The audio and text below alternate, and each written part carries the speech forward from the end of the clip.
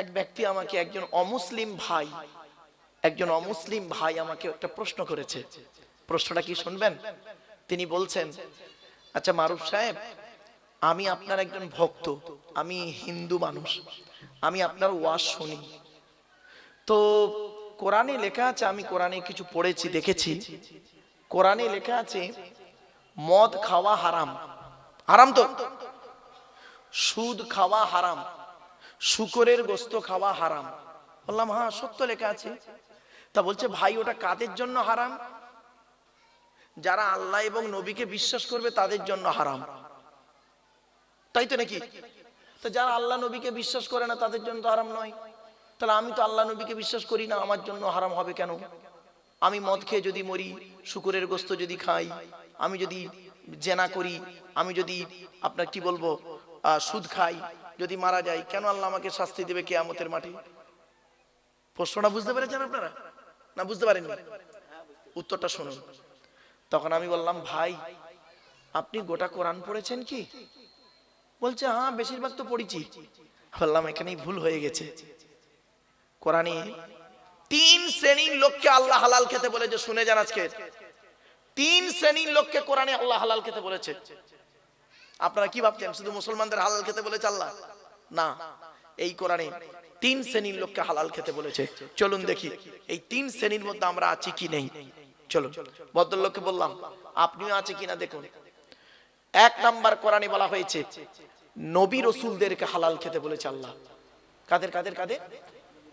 নবী রাসূলদের। কোথায় দলিল? কোরআন 18 নম্বর পারার 4 নাম্বার পৃষ্ঠা 9 নাম্বার লাইনে সূরার নাম সূরায়ে মুমিনুনের 51 নাম্বার আয়াতে আল্লাহ বলছেন কি? ইয়া আইয়ুহার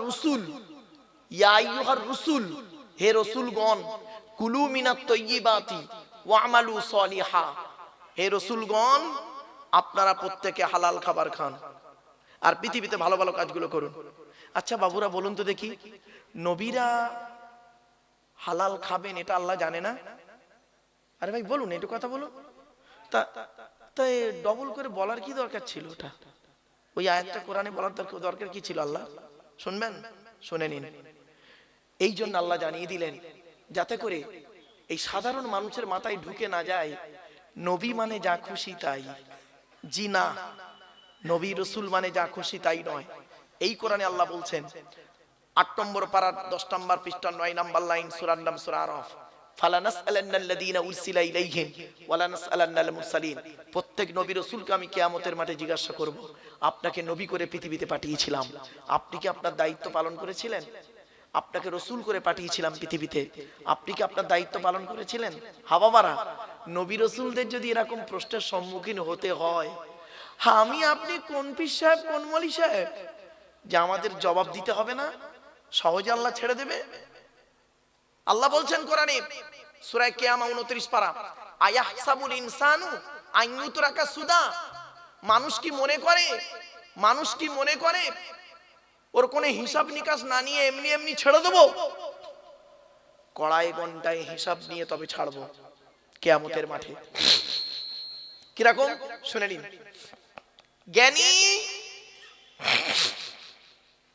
জ্ঞানী জ্ঞানের হিসাব দাও, ধনী অর্থের হিসাব দাও, যুবক এই যুবক যুবতীরা আজকের খুব মেলায় ঘুরছো না জলসার নামে এসে, এই যুবক যুবতীদের হিসাব দিতে হবে। যুবক যৌবনের হিসাব দাও।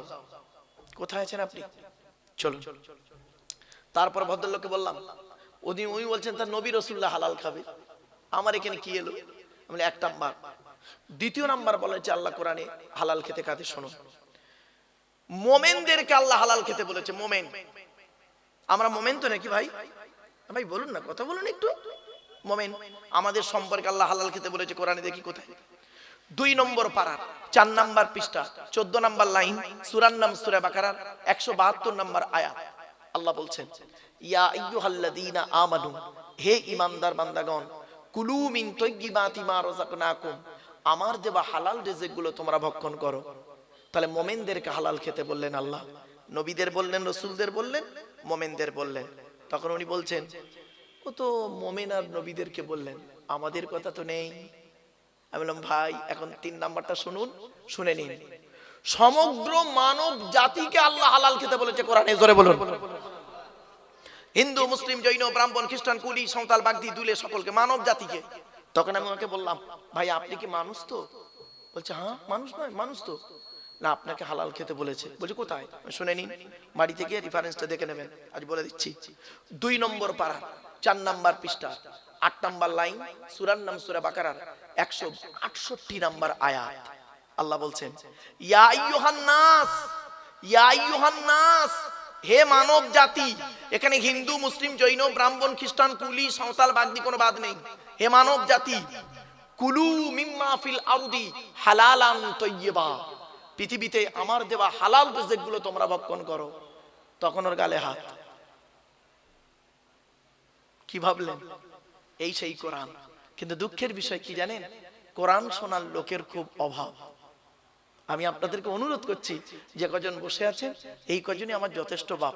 আপনারা আমার সাথে একটু সাপোর্ট দিন, এইটুকুই আমার যথেষ্ট। আমার 1000টা ভণ্ড শ্রোতার দরকার নেই। 1000টা ভণ্ড বেকার শ্রোতার থেকে 10 জন শূন্যওয়ালা শ্রোতার দাম আছে। ঠিক না বে ঠিক? অসুবিধা হচ্ছে আপনাদের? আচ্ছা বাবা, টেনে টেনে বলছি না বলে অসুবিধা হচ্ছে? হ্যাঁ, একটু দাঁড়ান, টানের জায়গা আসুক, এলে টান দিচ্ছি বাবা, চিন্তা নেই। অনেকে ধারণা হয় গল্প আকারে করছে, ওয়াজ মানে গল্প আকারে না বাবা। নবীজি ওয়াজ করতেন, হাদিসটা বলতে কেটে গেছিলাম। নবীজি ওয়াজ করতেন কবে? বৃহস্পতিবার দিন গত রাতে এশার নামাজের পরে সাহাবীদেরকে নিয়ে গায়ে গায়ে বসে টু দি পয়েন্টের উপরে নবীজি বুঝিয়ে বুঝিয়ে ওয়াজ করতেন। এটা হালাল, এটা করো, এটা হারাম, এটা করো না। নবীর ওয়াজ ছিল এইরকম। আর আমাদের ওয়াজ হয়েছে কি? এর পুরো উল্টোটা। যত চিৎকার চেঁচামেচি করব ততই হবে ওয়াজ ভালো, আর টান দিতে পারলে ততই ওয়াজ ভালো। এই ভুলটা আপনাদের একটু ভেঙে দিই।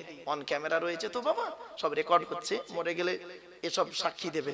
চলুন, আল্লাহ পাক আসমান, পৃথিবী, জমিনকে 6 দিনে সৃষ্টি করেছে। কদিনে? 6 দিনে। দলিল কোরআন।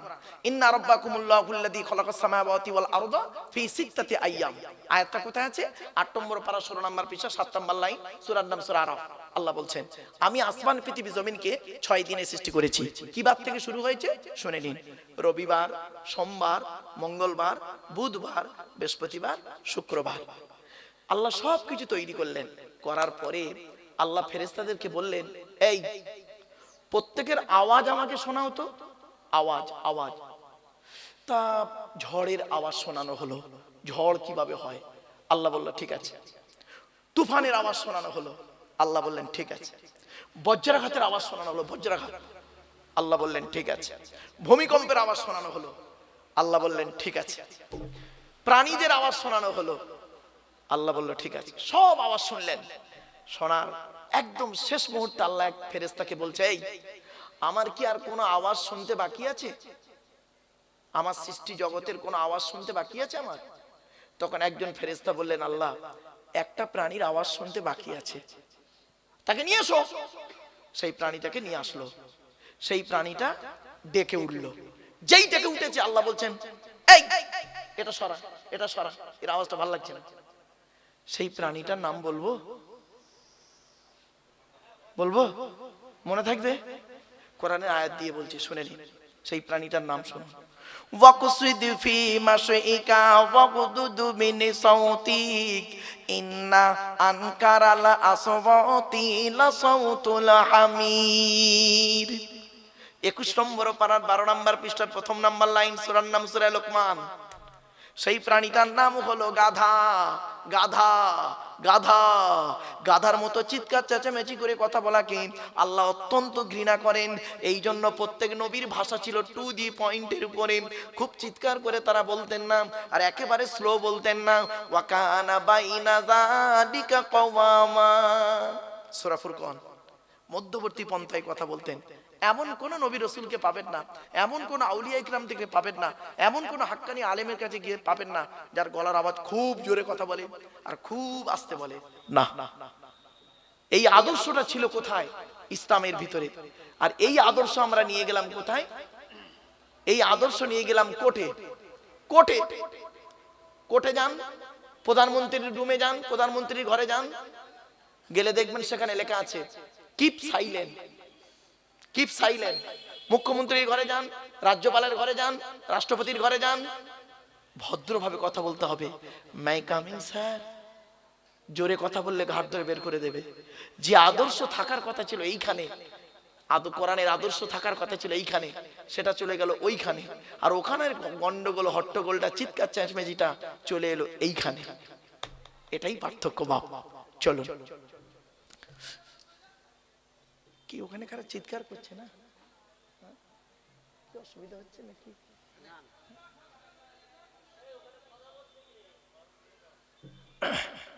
বাবা কথা না বলে, যদি আপনার ভালো না লাগে ভাই, আমি আপনাদের অনুরোধ করছি, আমার কথা শুনতে যদি আপনাদের ভালো না লাগে, আপনি মানে অন্য জায়গায় যেতে পারেন। যদি কোরআনের আয়াত, তো কোরআনের আয়াত শুনলে নাকি, পড়লে নাকি, বললে নাকি, হাদিস শুনলে নাকি, পড়লে নাকি, বললে নাকি। এজন্য আমি এতক্ষণ একটা বাজে কথা বলেছি বলে মনে হচ্ছে না বাপ। কোরআনের আয়াত এবং হাদিসের উপরেই দাঁড়িয়ে আছে। আপনারা কোরআনকে ভালোবাসুন, হাদিসকে ভালোবাসুন। চলুন, আল্লাহ পাক কি বলছেন আরেকটা দলিল দিচ্ছি। আচ্ছা, আমরা সবাই বাঙালি মানুষ। এখন আমরা সবাই আমেরিকায় যাব। আমেরিকার ভাষাটা কি? ইংলিশ। এখন আমাদের মধ্যে সব মানুষ ইংরেজি ভাষা জানে না। এখন আমরা আমেরিকায় বেড়াতে গেলে আমাদের কি লাগবে? দুটো জিনিস লাগবে। কি? আমেরিকার একটা গাইড বুক, আমেরিকার একটা গাইড বুক লাগবে, আর আমেরিকার একটা গাইডার লাগবে, যিনি আমাদের ভাষা বুঝবেন, বুঝে ওই ভাষাগুলো আমাদের সুন্দর করে বুঝিয়ে দেবেন। ঠিক না ঠিক? তাহলে অজানা দেশে যেতে গেলে সেই দেশের দুটো জিনিস লাগে। সেই দেশের একটা গাইড বুক লাগে, আর সেই দেশের একটা গাইডার লাগে। এটা বুঝতে পেরেছেন? ব্যাস, কোরআন বুঝে ফেলেছেন। দেখুন আল্লাহ বলছেন, আল্লাহু আখরাজাকুম মিন বুতুনি উম্মাহাতিকুম লা তা'লামুনা শাইয়্যা ওয়া জাআলা লাকুমুস সামআ ওয়াল আবসারা ওয়াল আফইদা লাআল্লাকুম তাশকুরুন। এই আয়াতটা কোথায় আছে? 14 নম্বর পারা, 14 নম্বর পৃষ্ঠা, 12 নম্বর লাইন, সূরার নাম সূরা নাহল। আল্লাহ বলছেন, আমি আল্লাহ তোদেরকে তোদের মায়ের পেটের ভিতর থেকে বের করেছি। আল্লাহু আখরাজাকুম মিন বুতুনি উম্মাহাতিকুম, আমি আল্লাহ তোদেরকে তোদের মায়ের পেটের ভিতর থেকে বের করেছি। লা তা'লামুনা শাইয়্যা, পৃথিবীর কোনো ভাষাই কোনো জিনিসই তুই জানতিক না। ওয়া জাআলা লাকুমুস সামআ, শোনার জন্য আমি আল্লাহ তোর কান দান করেছি। ওয়াল আবসারা, দেখার জন্য চোখ দান করেছি। ওয়াল আফইদা, বোঝার জন্য, সৃষ্টি জগৎকে বোঝার জন্য সুন্দর হৃদয় দান করেছি। কেন? লাআল্লাকুম তাশকুরুন, পৃথিবীতে যাতে আমার শুকরিয়া আদায় করতে পারিস। এরপরে আসছি, আল্লাহ বলছেন, তোকে আমি একা পাঠাইনি তো পৃথিবীতে, হে মানব জাতি, আদমের সন্তান, তোকে আমি একা পাঠাইনি। মায়ের পেট হলো একটা জগৎ, এই জগতে 10 মাস 10 দিন ছিলিস, তারপরে পৃথিবীর মুখ যেদিন দেখলি সেই দিন থেকে মরণ পর্যন্ত তোকে একা পাঠাইনি। এই পৃথিবীর হাওয়া, এই পৃথিবীর পরিবেশের সঙ্গে শুট করার জন্য আমি কি করেছি জানিস? দুটো জিনিস দিয়ে পাঠিয়েছি। এই পৃথিবীর একটা গাইড বুক দিয়েছি, আর এই পৃথিবীর একটা গাইডার দিয়েছি। এই পৃথিবীর গাইড বুকটার নাম হলো কোরআন, আর গাইডারটার নাম হলো মুহাম্মদ সাল্লাল্লাহু আলাইহি সাল্লাম। অর্থাৎ তুই গাইড বুকটাকে ফলো করবি আর গাইডারটাকে ফলো করবি, তাহলে আর তোর কোনো সমস্যাই থাকবে না। আমরা গাইড বুকটাকে ফলো করিনি আর গাইডারটাকেও ফলো করিনি। সমস্যা হচ্ছে আমাদের, এইটাই আমাদের সমস্যা। তো আরেকটা উদাহরণ দিচ্ছি। কম্পিউটার শিখতে গেলে বাবা দুটো জিনিস লাগে, একটা থিওরি, একটা প্র্যাকটিক্যাল। কম্পিউটার শিখতে গেলে দুটো জিনিস লাগে, একটা থিওরি, একটা প্র্যাকটিক্যাল। তো ইসলামে দুটো জিনিস আছে, একটা থিওরি, একটা প্র্যাকটিক্যাল। ইসলামের থিওরিটার নাম কি? কোরআন থিওরি, আর প্র্যাকটিক্যালটার নাম মুহাম্মদ সাল্লাল্লাহু আলাইহি সাল্লাম। কোরআনে কি, এবার উদাহরণটা দিচ্ছি। কোরআনে আল্লাহ বললেন, আকিমুস সালাত, তোমরা নামাজ কায়েম করো। কিভাবে করবেন? মুহাম্মদ সাল্লাল্লাহু আলাইহি ওয়াসাল্লাম প্র্যাকটিক্যাল করে দেখিয়ে গেলেন। কোরআনে বলা হলো, ইয়া আইয়ুহাল্লাযীনা আমানু কুতিবা আলাইকুমুস সিয়াম, তোমাদেরকে রোজা ফরজ করা হলো। কিভাবে রোজা করবেন? প্র্যাকটিক্যাল করে দেখিয়ে গেলেন মুহাম্মদ সাল্লাল্লাহু আলাইহি ওয়াসাল্লাম। কোরআনে বলা হলো অজু করো, কিভাবে করবেন প্র্যাকটিক্যাল করে দেখিয়ে গেলেন মুহাম্মদ সাল্লাল্লাহু আলাইহি ওয়াসাল্লাম। কোরআনে বলা হয়েছে আত্মীয়দের সঙ্গে সুসম্পর্ক রাখো, কিভাবে সম্পর্ক করবেন প্র্যাকটিক্যাল করে দেখিয়ে গেলেন মুহাম্মদ সাল্লাল্লাহু আলাইহি ওয়াসাল্লাম। কোরআনে বলা হলো ন্যায় বিচার করো, কিভাবে করবেন প্র্যাকটিক্যাল করে দেখিয়ে গেলেন মুহাম্মদ সাল্লাল্লাহু আলাইহি ওয়াসাল্লাম। আজ যদি আমরা থিওরিটাও ফলো করিনি, প্র্যাকটিক্যালটাও ফলো করিনি, তা আমরা তোমার খাবই। আমরা কি করেছি, থিওরি ছেড়ে দিয়েছি, প্র্যাকটিক্যাল ছেড়ে দিয়েছি, দিয়ে কি করেছি, তৃতীয় কোনো ব্যক্তি বা বস্তুর উপরে নির্ভর করেছি। ঠিক না বেঠিক আমার বাপেরা? কোরআন হাদিস ইজমা কিয়াস, ইজমা কিয়াসটা কোনো বাইরে নয়, এই কোরআন হাদিস থেকে বের হওয়া দুটো জিনিস ইজমা এবং কিয়াস, এটা মাথায় রাখুন।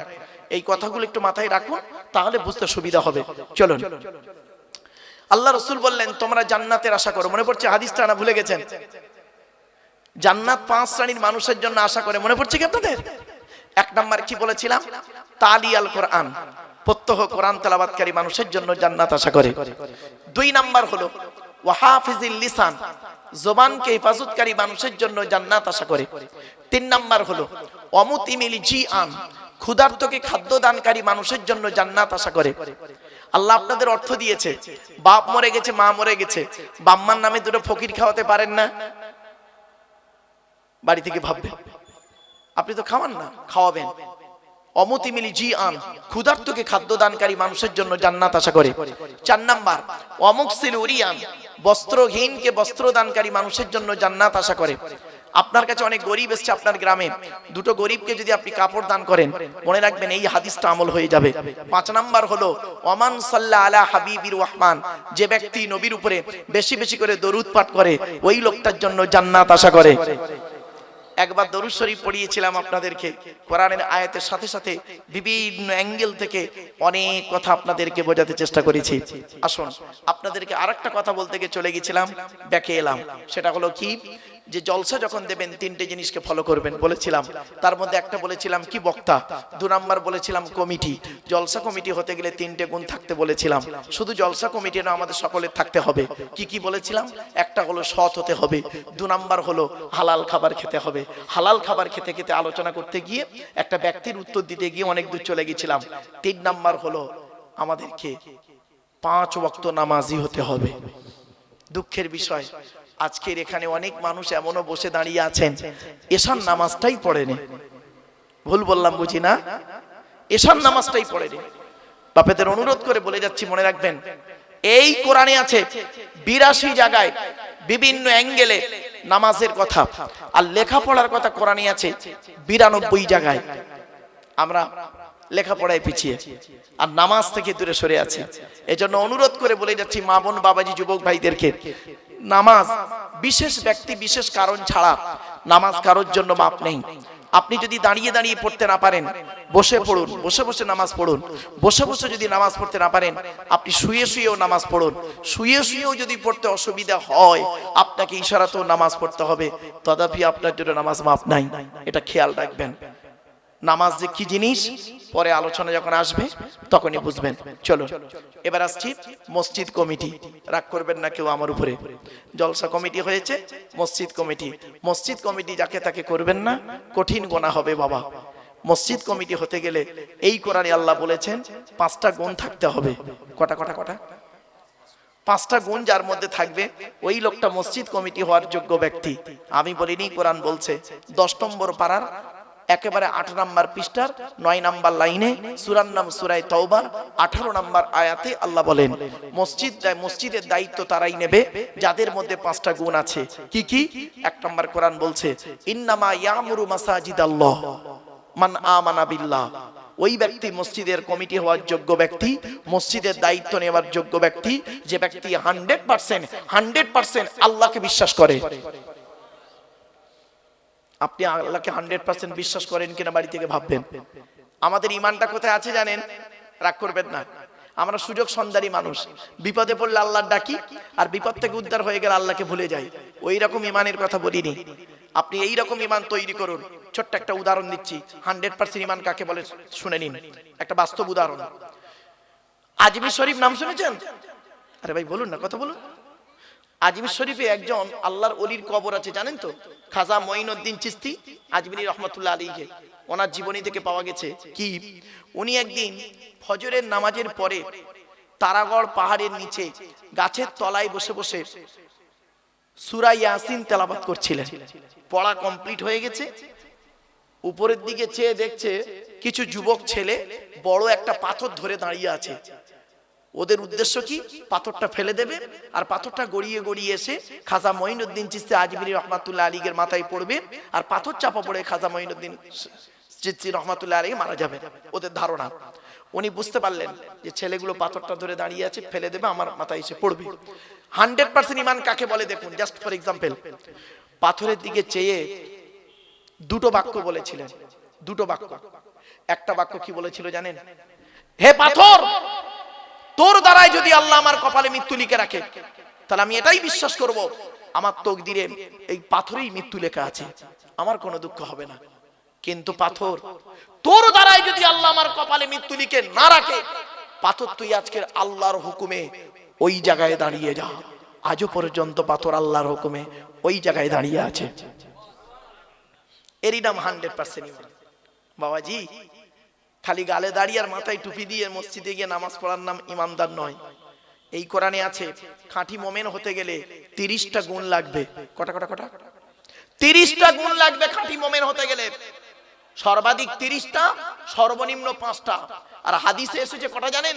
আল ঈমানু বিসউ ওয়া সাবউনা শুবা, 70টা শাখা পোশাখা। তাহলে 30 আর 70 কত? 100টা গুণ যে ব্যক্তির মধ্যে থাকবে ওই ব্যক্তি হলো খাঁটি 100% পারফেক্ট মোমেন। আর খাঁটি মোমেনের উপরের ধাপটা কি জানেন? মুত্তাকি। মুত্তাকি আমরা বলি না মোমেন মুত্তাকি? বলুন একটু কথা বলুন এটা আমার সঙ্গে। আমরা তো লোককে বলি মোমেন মুত্তাকি, যাকে তাকে মোমেন মুত্তাকি বলে দেন। শুনে নিন, মোমেন হতে গেলে কোরআনে আছে কমসে কম 5টা গুণ লাগবে, সর্বাধিক 30টা গুণ লাগবে। আর মোমেনের উপরের ধাপটা হলো মুত্তাকি। মুত্তাকি মুত্তাকি হতে গেলে ওই মোমেনের সঙ্গে, মোমেনের 30টার সঙ্গে এই কোরআনে আছে আরো 15টা লাগবে। তাহলে কত হলো? 45টা গুণ যার মধ্যে থাকবে সেই ব্যক্তি দুটো সার্টিফিকেট পাবে, মোমেন আর মুত্তাকি। এবার তার উপরে হলো পীর বা ওলি, হাক্কানি পীর বা ওলি, তার উপরের ধাপ। হাক্কানি পীর হতে গেলে, ওলি হতে গেলে এই কোরআনে আছে আরো 5টা লাগবে। সূরা ইউনূসের 62-63 নম্বর আয়াত। তাহলে 45 আর 5-এ 50টা গুণ যার থাকবে সেই ব্যক্তি মোমেন, মুত্তাকি, পীর বা হাক্কানি পীর বা ওলি হতে পারবে। বাবা 50টা গুণ নেই, 50টা তো দূরের কথা, 5টা গুণ হয়তো তার মধ্যে পাওয়া যাবে না, তাকে পীর সাহেব বলে সার্টিফিকেট দেওয়াটা কত ভালো জিনিস আল্লাহ ভালো জানে। বাপ চলো এগিয়ে যাচ্ছি। এবার আসছি 1 নাম্বার। আল্লাহ বললেন মসজিদের দায়িত্ব তারাই নেবে, মান আমানা বিল্লাহ, যে ব্যক্তি 100% আল্লাহকে বিশ্বাস করবে। 2 নাম্বার হলো ওয়াল ইয়াউমিল আখির, যে ব্যক্তি কিয়ামতকে 100% বিশ্বাস করবে। 3 নাম্বার হলো ওয়া আকামাস সালাত, 5 ওয়াক্ত নামাজ আদায় করবে। অনেক মসজিদ কমিটি এমন আছেন যারা 5 ওয়াক্ত নামাজ পড়ে না। এজন্য অনুরোধ করে বলে যাচ্ছি, মসজিদের দায়িত্ব যখন আপনি নিয়েছেন আপনাকে 5 ওয়াক্ত নামাজি হতেই হবে, কোরআনের দলিল। 4 নাম্বার হলো ওয়া আতাজ যাকাত, যদি আপনার উপরে যাকাত ফরজ হয় আপনাকে আদায় করতে হবে। আমরা কি করি জানেন? নামাজ পড়ি কিন্তু যাকাত দিই না। কোরআনে কিন্তু যেখানেই নামাজের কথা আছে বেশ কিছু জায়গায় নামাজের পরেই আকিমুস সালাত ওয়া আতুজ যাকাত, যাকাতের কথা আছে, কিন্তু আমরা নামাজ পড়ি যাকাত দিই না। এজন্য যাকাতের গুরুত্ব খুব বেশি আছে বাপ। চলো 5 নাম্বার হলো ওয়ালাম ইয়াখশা ইল্লাল্লাহ, আল্লাহ ছাড়া কাউকে ভয় করবে না। আল্লাহ ছাড়া কাউকে ভয় করবে না। এই 5টা গুণ যার মধ্যে থাকবে সেই ব্যক্তি মসজিদের দায়িত্ব নেওয়ার যোগ্য ব্যক্তি। অনুরোধ করে বলে গেলাম। এবার আসছি মসজিদ আল্লাহর ঘর। আল্লাহর ঘর মানে কমিটি করবে কে? আল্লাহর ঘরের দায়িত্ব নেবে কে? কারা কারা নেবে তাদের কথা বলে দিলাম। এবারে আসছি মসজিদে যিনি নামাজ পড়ান তাকে আপনারা কি বলেন? ইমাম সাহেব। আমি আপনাদেরকে অনুরোধ করছি, মসজিদে নামাজ যদি আল্লাহর দরবারে কবুল করাতে চান, প্রত্যেক মসজিদের বর্তমান সময়ের দিকে লক্ষ্য রেখে ইমাম সাহেবদের মাইনে বেশি করে দেবেন। ইমাম সাহেবদের মাইনে বেশি করে দেবেন। যে মসজিদে ইমামের মাইনে কম ওই মসজিদের মুসল্লিদের নামাজ আল্লাহর দরবারে কবুল হওয়া খুবই মুশকিল আছে। আরেকটা কথা বলে যাচ্ছি, মনে রাখবেন, মানা না মানা আপনার ব্যাপার। কিয়ামতের মাঠে আল্লাহ আমাকে যখন জিজ্ঞাসা করবে, আব্দুল্লাহ কিল মারুফ কথাগুলো বলেছিলিস, এই দুনিয়ার রেকর্ড তো রয়েছে, আর আমার দুই কাঁধে দুই ফেরেশতা সিসি ক্যামেরা রয়েছে, কিরামান কাতিবিন, এই দুই ফেরেশতাই রইল সাক্ষী। শুনে রেখে দিন, যে এলাকার মসজিদের ইমাম সাহেব হকের উপরে, না হকের উপরে নয়, হকের উপরে যদি ইমাম সাহেবের চোখের পানি পড়ে, ওই এলাকায় আল্লাহর গজব নাজিল হবে। অনুরোধ করে বলে যাচ্ছি, এজন্য আমি আব্দুল্লাহ কিল মারুফ আপনাদের এখানে এসেছি, আপনারা আমাকে ডেকে এনেছেন, আমি 2-3 ঘন্টার বন্ধু, কিন্তু আপনি জানবেন আপনাদের মসজিদের ইমাম সাহেব হচ্ছে 365 দিনের সুখ এবং দুঃখের বন্ধু। ঠিক না ঠিক? সুখ এবং দুঃখের বন্ধু। তাহলে গুরুত্বটা কোথায় দেবেন একটু বাড়ি থেকে ভাববেন। চলুন এগিয়ে যাচ্ছি। এরপরে আসছি, যারা যে মসজিদে আজান দেয় ওকে কি বলে? মুয়াজ্জিন। পশ্চিম বাংলার কথা বলছি। পশ্চিম বাংলায় অনেক মসজিদের মুয়াজ্জিনের আজান ভুল ভুল ভুল। অনেক মসজিদের মুয়াজ্জিনের আজান ভুল। এজন্য মুয়াজ্জিনদেরকে বলছি বারে বারে, আপনি হয় মুয়াজ্জিনগিরি করা ছেড়ে দিন, আর নইলে ইমাম সাহেবের কাছে বসে আজানটাকে শুদ্ধ করে নিন, ভুলকে সংশোধন করে নিন। আফসোস, ও মুয়াজ্জিনগিরি ছাড়বেও না, আর ভুল করেও যাবে, মানে শুদ্ধও করবে না। এটা খুব খারাপ জিনিস। ইসলাম এসেছে কি? ভুলকে সংশোধন করে অন্ধকার থেকে আলোর পথে আনার জন্যই ইসলাম এসেছে। এ কোরআন এসেছে কেন? আল্লাহ পাক কোরআনে বললেন, কিতাবুন আনজালনাহু ইলাইকা লিতুখরিজান নাসা মিনাজ যুলুমাতি ইলান নূর। আল্লাহ পাক বলছেন সূরা ইব্রাহিমের মধ্যে, আল্লাহ বললেন কি, নবী তোমার উপরে আমি এই কোরআন অবতীর্ণ করেছি, কি এই কোরআনের মাধ্যমে তুমি কি করবে? যে সমস্ত মানুষরা অন্ধকারের মধ্যে পড়ে আছে ওদেরকে টেনে টেনে বের করে আলোর দিকে নিয়ে আসবে। এই জন্যই কোরআন নাজিল হয়েছে। কোরআন নাজিল হয়েছে কেন? হুদাল্লিন নাস, মানুষের হেদায়েতের জন্য, অবায়্যিনাতিম মিনাল হুদা ওয়াল ফুরকান, ন্যায় অন্যায়কে পৃথক করার জন্য কোরআন নাজিল হয়েছে। ভুলকে সংশোধন করার জন্য কোরআন নাজিল হয়েছে। আর ভুলটা কিভাবে প্র্যাকটিক্যাল ভাবে সংশোধন করাবেন তার জন্য মুহাম্মদ সাল্লাল্লাহু আলাইহি ওয়াসাল্লামকে আল্লাহ পাক পাঠিয়ে দিয়েছেন। জোরে বলে, আমরা এগুলোকে একদম ফলো করিনি, যার জন্য আমাদের উপরে সমস্যা এসে গেছে। আল্লাহ রাসূল পৃথিবী ছাড়ার আগে বলেছিলেন, তারাকতু ফীকুম আমরাইনি লাম তাদিল্লু মা তামাসসাকতুম বিহিমা কিতাবাল্লাহ ওয়া সুন্নাত রাসূলিহি। আমি মুহাম্মদ সাল্লাল্লাহু আলাইহি ওয়াসাল্লাম তোদের ছেড়ে চলে যাচ্ছি, যাবার সময় দুটো জিনিস রেখে যাচ্ছি। এক হলো কোরআন, যে কোরআন আমার উপরে নাজিল হয়েছে, আর দুই হলো সুন্নাহ, হাদিসগুলো রেখে গেলাম। যতদিন পর্যন্ত কোরআন হাদিসটাকে আঁকড়ে ধরে থাকবি বান্দা, ততদিন তোদের গায়ের লোম কেউ টলাতে পারবে না। আমরা কোরআনটা ফলো করিনি, হাদিসকেও ফলো করিনি, আর সেই মোতাবেক জীবনযাপন করিনি, তাই আমাদের উপরে বিপদ আপদ মুসিবত তো আসবেই। আল্লাহ পাক কোরআনে বলে দিয়েছেন, সূরা মুহাম্মাদের মধ্যে আল্লাহ পাক বলছেন কি, ইয়া আইয়ুহাল্লাযীনা আমানু, হে ঈমানদার বান্দাগণ, আতিউল্লাহ ওয়া আতিউর রাসূল ওয়া লা তুবতিলু আমালাকুম। আল্লাহ পাক বললেন সূরা মুহাম্মাদের ভিতরে, আল্লাহ পাক বললেন, ইয়া আইয়ুহাল্লাযীনা আমানু, হে ঈমানদার বান্দাগণ, আতিউল্লাহ ওয়া আতিউর রাসূল, তোমরা আল্লাহকে অনুসরণ করো, রাসূলকে অনুসরণ করো, ওয়ালা তুবতিলু আমালাকুম, তাহলে আল্লাহ পাক তোমাদের আমলগুলো বরবাদ করে দেবে না। আজকের আল্লাহর পাঠানো কিতাবকে যদি আমরা ফলো করি, আমাদের সমস্যাই থাকবে না। চলুন আজকের সেই আল্লাহর কোরআনের পরিচয় দিতে গিয়ে আজ আপনাদের কাছে টুকটুক করে একটা করে কথা বলে যাচ্ছি। কোরআন আল্লাহ, মসজিদ আল্লাহর ঘর, সে সম্পর্কে সংক্ষেপে আপনাদেরকে বুঝিয়ে দিয়েছি। এবার আসছি, যিনি আমাদের সৃষ্টিকর্তা তিনি আল্লাহ। আল্লাহর পরিচয় হলো চারটে। এক নাম্বার, আল্লাহ নিজেই বলছেন, কুল, নবী তুমি বলো, হুয়াল্লাহু আহাদ, সে আল্লাহ হলেন একক। দুই নাম্বার, আল্লাহুস সামাদ, আল্লাহ হলেন অমুখপেক্ষী, আল্লাহ কারোর মুখপেক্ষী নন, সারা পৃথিবী তার মুখপেক্ষী। তিন নাম্বার, লাম ইয়ালিদ ওয়া লাম ইউলাদ, আল্লাহ কাউকে জন্ম দেয়নি, আল্লাহ কেউ জন্ম দেয়নি। চার নাম্বার, ওয়া লাম ইয়াকুল লাহু কুফুয়ান আহাদ, আল্লাহর সমকক্ষ কেউই নেই। এই হলো আল্লাহর চারটে পরিচয়। এরপরে আল্লাহ বলছেন, তো দেহের মধ্যে আমি চারটে জিনিস দিয়েছি গুরুত্বপূর্ণ, বাড়িতে গিয়ে চারটে জিনিসকে যত্ন করবেন। কি কি? এক নাম্বার, ব্রেন। উল্টো পাল্টা বাজে মন্তব্য করে আর বাজে টেনশন করে ব্রেনটাকে নষ্ট করবেন না। আল্লাহ ব্রেন দিয়েছে, অতি সূক্ষ্ম জিনিস, আর এটা খুব বড় নিয়ামত। এটা খুব বড় নিয়ামত, আল্লাহ দেয়া নিয়ামত আমাদের ব্রেন। আল্লাহ বলে, তোর ব্রেন দিয়েছি, ভালো চিন্তা ভাবনা করবি, সুচিন্তা ভাবনা করবি, আমার সৃষ্টি নিয়ে গবেষণা করবি, চিন্তা ভাবনা করবি। লোকের গোঁজা মেরে মেরে বেড়াস না। আমরা সেদিকে না গিয়ে লোকের গোজা মারতেই শুরু করলাম, এর দুর্নাম ওর বদনাম করতে শুরু করে দিলাম। চলো 2 নাম্বার, আল্লাহ বলছেন আরেকটা তো দেহের মধ্যে অঙ্গ দিয়েছি, সেই অঙ্গটার নাম হলো হাড়টাকে যত্ন করিস। 3 নম্বরে আল্লাহ বললেন আরেকটা অঙ্গ দিয়েছি, তার নাম হলো লিভারটাকে যত্ন রাখার জন্য আমি আল্লাহ পৃথিবীতে 2টো খাবার তৈরি করেছি। 1 নাম্বার হলো পেঁপে আর 2 নাম্বার হলো বাতাবি লেবু। এই 2টো খাবার পৃথিবীতে তৈরি করেছি তো লিভারটাকে ঠিক রাখার জন্য।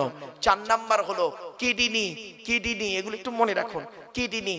তো আমি আল্লাহ 2টো কিডনি তোকে দিয়েছি, একটা যদি কোনো মতে খারাপ হয়ে যায় আর একটা দিয়ে তুই কাজ চালিয়ে নিবি, আর যদি দুটোই খারাপ হয়ে যায় বাঁচার আশা ছেড়ে দিবি, ডায়ালিসিস করতে করতে শেষ, আর নয় চেঞ্জ করা ছাড়া উপায় নেই, বাড়ি থেকে ভাববেন। এরপরে আল্লাহ বলছেন তো দেহের মধ্যে আমি 9টা ছিদ্র দিয়েছি। কটা? আমাদের দেহের মধ্যে আল্লাহ 9টা ছিদ্র দিয়েছে। 9টা ছিদ্র কি কি? 2 চোখ, 2 নাক, 2 কান, একটা গাল, সামনে পেছনে, এই হলো 9টা ছিদ্র। এই 9টা ছিদ্রের যে কোনো একটা ছিদ্রের মাধ্যমে ফেরেশতার দ্বারা আল্লাহ পাক আমাদের আত্মা বের করে নেয়। কত মানুষ মারা গেছে দেখবেন আপনাদের গ্রামে, কত মানুষ মারা গেছে দেখবেন, গিয়ে দেখবেন লোকটা মরে গেছে, পেশাব ফিরে ফেলেছে, বুঝে নেবেন আত্মাটা ওর পেশাবের রাস্তা দিয়ে বেরিয়ে গেছে। কোথায় আছেন আপনি? কত মানুষ মারা গেছে দেখবেন পায়খানা ফিরে ফেলেছে, বুঝে নেবেন আত্মাটা ওর পায়খানা রাস্তা দিয়ে বেরিয়ে গেছে। কত নারী পুরুষ মারা গেছে দেখবেন, লোকটা মরে গেছে, চোখটা চেয়ে আছে, লোকটা মরে গেছে, গালটা হাঁ করে আছে, লোকটা মরে গেছে, ঘাটটা বেঁকে আছে, হাতটা খিঁচে আছে। আবার দেখবেন লোকটা মরে গেছে, দেখলে মনে হবে লোকটা ঘুমিয়ে আছে। কিভাবে মরতে চান? ঈমান নিয়ে যদি কবরে যেতে চান, দয়া করে কোরআন হাদিসের কথাগুলো শুনে, ইজমা কিয়াসের কথাগুলো শুনে আমল করে বাড়ি যান। চলুন বাপেরা, এরপরে আল্লাহ বলছেন তো দেহের মধ্যে আমি 3টে জিনিস দিয়েছি আলাদা। 1 নাম্বার কি? ব্লাড গ্রুপ আলাদা। এজন্য আপনাদেরকে বলি হিন্দু মুসলিম ঝগড়া মারামারি না করে একে অপরের সঙ্গে মিলেমিশে থাকবেন।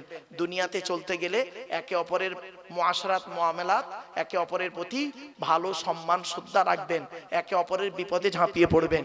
কিসের হিন্দু কিসের মুসলিম মারামারি করেন? আপনারা কি জানেন হিন্দুদের রক্তের ভিতরে মুসলমানদের রক্ত আছে, আর মুসলমানদের রক্তের ভিতরে হিন্দুদের রক্ত ঢুকে আছে। আপনাদের এলাকায় ব্লাড ডোনেশন ক্যাম্প হয়, রক্তদান শিবির হয়, তা ব্লাড যখন নেওয়া হয় তখন বলা হয় নাকি এই ও হিন্দু ওর রক্ত আলাদা কর, ও মুসলিম ওর রক্ত আলাদা কর, বলে নাকি?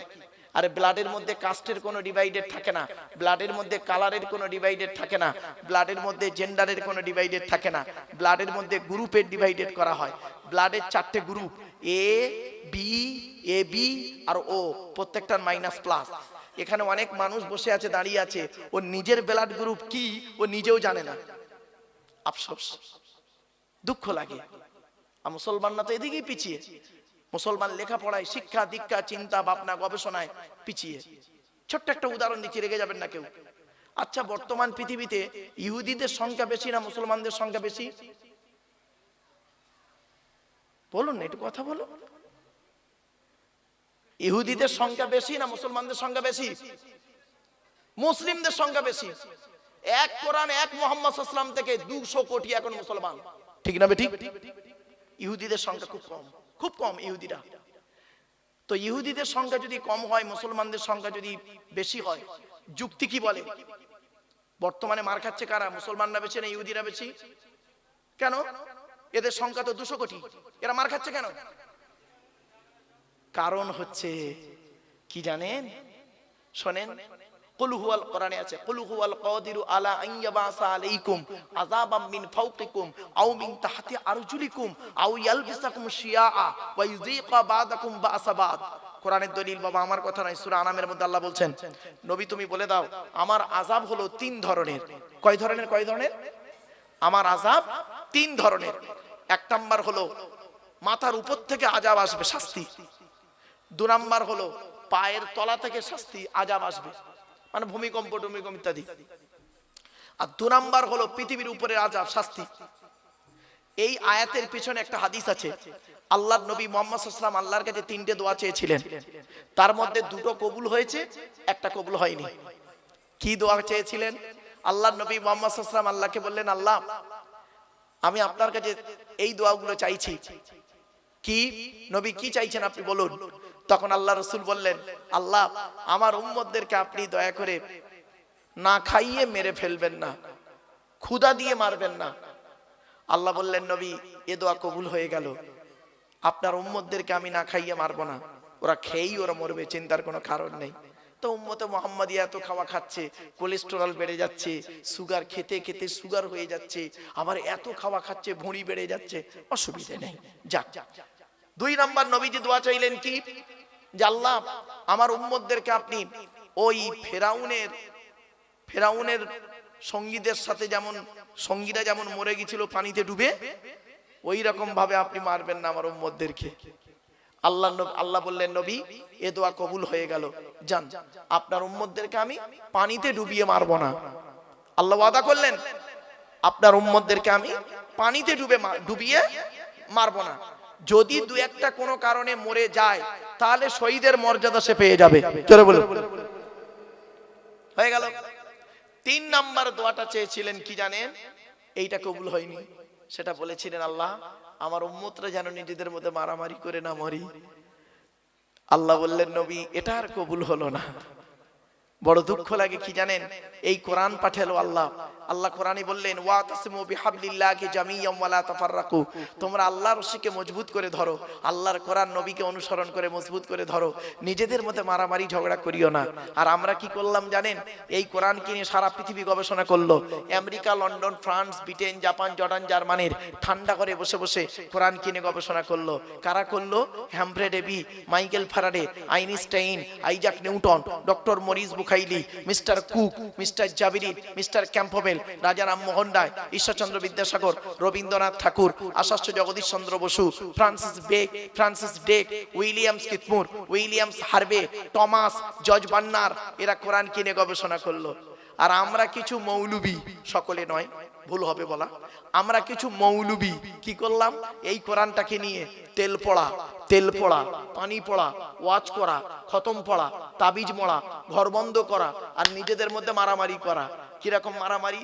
গোল টুপি, লম্বা টুপি, চেরা জামা, ফাড়া জামা, তবলিগ, ফুরফুরা, বেরেলি, ওয়াহাবি, জামাত ইসলামী, আহলে হাদিস, বুকে হাত বাঁধা, নাভির নিচে হাত বাঁধা, জোরে আমিন বলা, আস্তে আমিন বলা, 20 রাকাত তারাবি, 8 রাকাত তারাবি, 1 রাকাত বেতের, 3 রাকাত বেতের, কিয়াম করা না করা, মোনাজাত করা না করা, জানাজার পরে দোয়া করা না করা, এ ওর বলে কাফের, ওর বলে কাফের।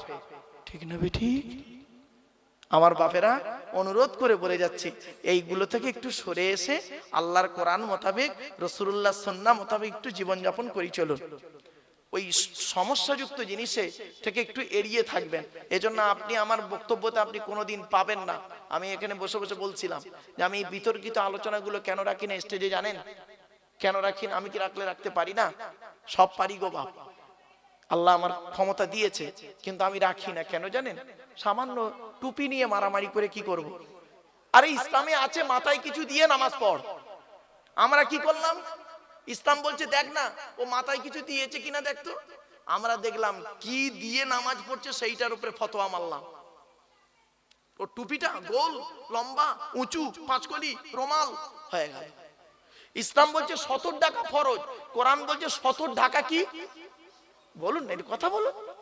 70 ঢাকা লজ্জাস্থান ঢাকা কি? ফরজ। ইসলাম বলছে 70টা ঢেকেছে কিনা দেখতো, ও লজ্জাস্থান দেখা যাচ্ছে কি?